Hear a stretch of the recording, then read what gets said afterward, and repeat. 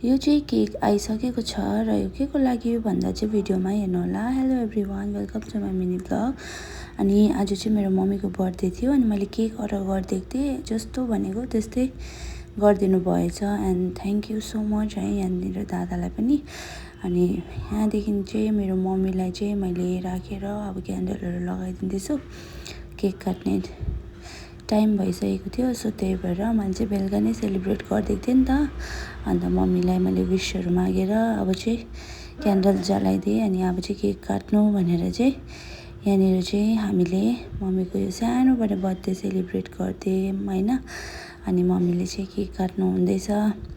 अन्त म मम्मीलाई यो भिडियोकै थ्रुबाट भन्छु, हरेक जन्ममा तपाईँको छोरी भएर जन्मिनु पाऊँ अनि मेरो आयु पनि तपाईँलाई नै लागोस् भन्नु चाहन्छु। अनि मेरो मम्मीलाई धेरै माया छ है।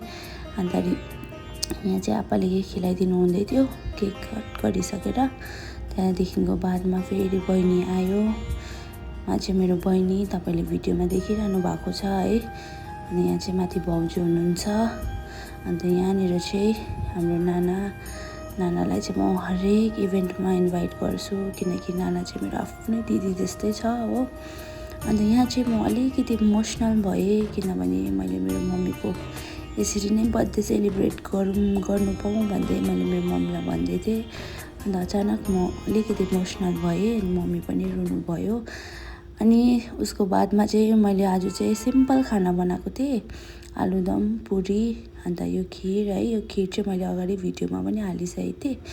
त्यहाँदेखिको चाहिँ हामी सबैजना बसेर यहाँनिर हाम्रो डिनर गर्दै थियौँ। आज चाहिँ डिनर यस्तै भयो। अनि यहाँ चाहिँ सबैजना बसेर खाना खानुहुँदै थियो अनि यहाँ बहिनी पनि थियो है। अन्त मैले यो खिर चाहिँ फर्स्ट टाइम बनाएको। अन्त मम्मी र आप्पा पनि यहाँ बसिरहनु भएको छ। अनि मम्मीले पनि मिठो भएछ, दामी भएछ भन्नुहुँदै थियो है।